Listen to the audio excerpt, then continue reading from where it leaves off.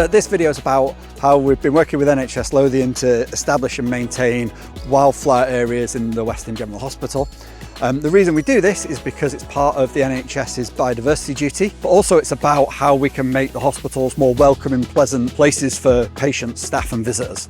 NHS Lothian's got about 120 sites covering 80 hectares of green space. So we've been working to improve the diversity of these areas. The estates team here at the Western General have been transitioning from what people expect to be kind of amenity grassland, mown grass into much richer habitats for wildlife. Doing that, we brought in different people. So we brought in people from RSPB to help advise us on the best way to do it. We brought in the conservation volunteers. So the team here were already, introducing wildflower areas. We're already working on these spaces, and my work's just been really to support them.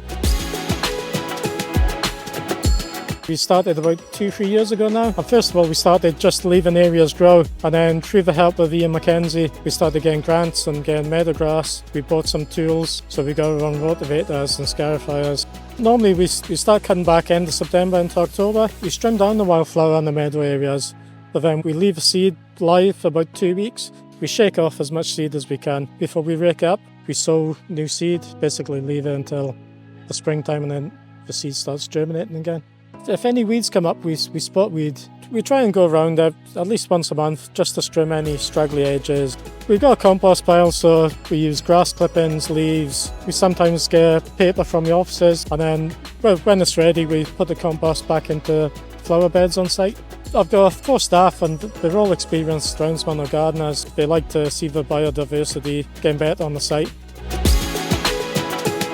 From the surveys that the RSPB did after we'd done some of this work last year, it was really great to start to see orange-tipped butterflies, speckled wood butterflies. One of the interesting things is the range is expanding, so it's actually quite unusual to see the speckled wood butterfly in this part of Edinburgh. Some of the challenges have been getting the timing right for these things, finding the funding to do it. How do we expand these areas? The challenges in a healthcare setting are that they're very busy sites, and there's a lot of things happening all of the time, and there's a lot of different people to talk to. People are starting to accept more of these changes as they see more of them in their own parks, as they see more wildflower areas when they go for a walk, when they're walking the dog, when they're out and about. There's a lot of cancer wards on site at the Western General, and they work 12-hour shifts. I think sometimes they like coming into the grounds and gardens, just finding a quiet spot, 6-7 o'clock in the morning.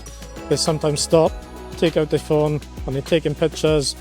We've had quite a few unsolicited emails, like people emailing in to general inbox saying, "I love the wildflower meadows. They've cheered me up on my way to an appointment, they brighten my day," and we're really excited to kind of expand these across more sites, and there's lots of opportunities across the NHS to roll out more of these spaces.